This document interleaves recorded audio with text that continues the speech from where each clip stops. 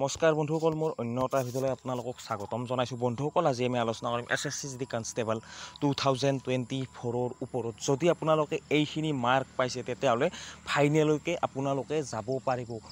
Final cut off কিমান যাব, আপোনালোকৰ ইমানখিনি মাৰ্ক আছে নেকি, গোটেইখিনি তথ্যই এই ভিডিঅ'টোৰ মাধ্যমেৰে আপোনালোকক জনাবলৈ চেষ্টা কৰিম। কিমান কাট অফ যাব পাৰে ফাইনেলত।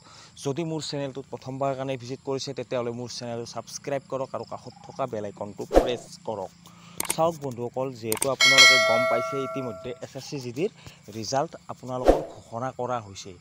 এইবাৰ দেখা গৈছে যে বৰ্ডাৰ ডিষ্ট্ৰিক্টৰ কাট অফটো অকণমান বেছি গৈছে আৰু জেনেৰেল ডিষ্ট্ৰিক্টৰ এইবাৰ কাট অফটো অকণমান কম গৈছে তাৰ তুলনাত চাবলৈ গ'লে।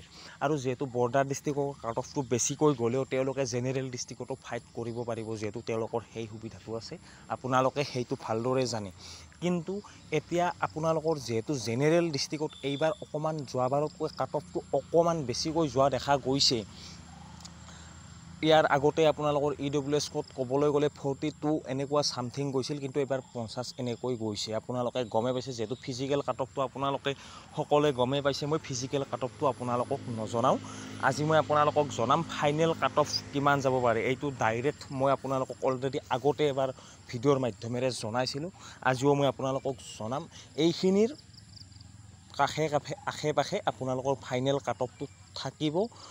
যদি আপোনালোকে কম নম্বৰ পাইছে তেতিয়া আপোনালোকে দুখ নকৰিব। যদি আপোনালোকে যিহেতু আগন্তুক আকৌ নতুন ভেকেঞ্চি আহি আছে আগষ্ট মাহত, আপোনালোকে গমেই পাইছে, তাৰ কাৰণে আপোনালোকে নিজকে 100% দিবলৈ চেষ্টা কৰক। যিহেতু এইবাৰ অকণমানৰ কাৰণে হয়তো আপোনালোকৰ নাম নাহিল। আপোনালোকে ভাবক, আপোনালোকে এক্সাম দি শিকিব লাগিব যে মই কোনখিনিত ভুল কৰিলোঁ। হয়তো সেইখিনি আপোনালোকে এইবাৰ গম পালে যে মোৰ এইখিনিত ভুল হৈছে, মই এইবাৰ নিজকে 100% দিব লাগিব। আপোনালোকে দুখ কৰিব নালাগে। আগন্তুক ৰিক্ৰুটমেণ্টৰ কাৰণে প্ৰচেছ চলাই দিব পাৰে ৰিটাৰ্ণ এক্সামৰ। চাওক, যদি আপোনালোক জেনেৰেল ডিষ্ট্ৰিক্টৰ জেনেৰেল কেণ্ডিডেট তেতিয়াহ'লে আপোনালোকৰ যদি 83ৰ পৰা আপোনালোকৰ 90ৰ ভিতৰত 90ৰ ভিতৰত মাৰ্ক আছেই, তেতিয়াহ'লে আপোনালোকৰ ফাইনেল চিলেকশ্যন হোৱাটো নিশ্চিত। যিকোনো ফ'ৰ্চতে ITBP হওক, যিকোনো ফ'ৰ্চতে আপোনালোকৰ একেবাৰে লোৱেষ্ট কাট অফটো কৈছোঁ 83ৰ পৰা 90, মানে 90ৰ ভিতৰত যদি আপোনালোকৰ কাট অফ মাৰ্ক আছে তেতিয়াহ'লে আপোনালোকে চাকৰি পোৱাটো একেবাৰে নিশ্চিত।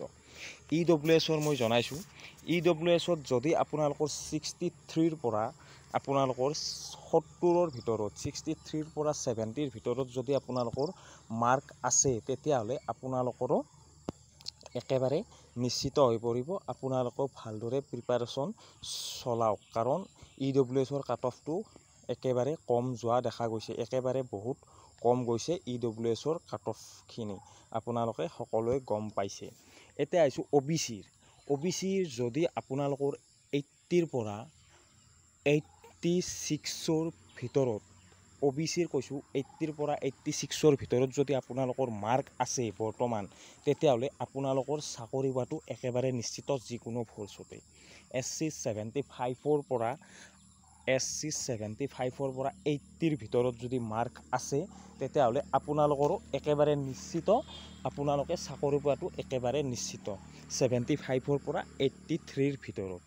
STৰ ক'বলৈ গ'লে 74ৰ পৰা 84ৰ ভিতৰত যদি আপোনালোকৰ বা 74ৰ পৰা আপোনালোকৰ 84ৰ ভিতৰত যদি মাৰ্ক আছে তেতিয়াহ'লে আপোনালোকৰ চাকৰি পোৱাটো একেবাৰে নিশ্চিত। আপোনালোকক এই ভিডিঅ'টোৰ মাধ্যমেৰে এইখিনি কথা জনাবলৈ চেষ্টা কৰিলোঁ।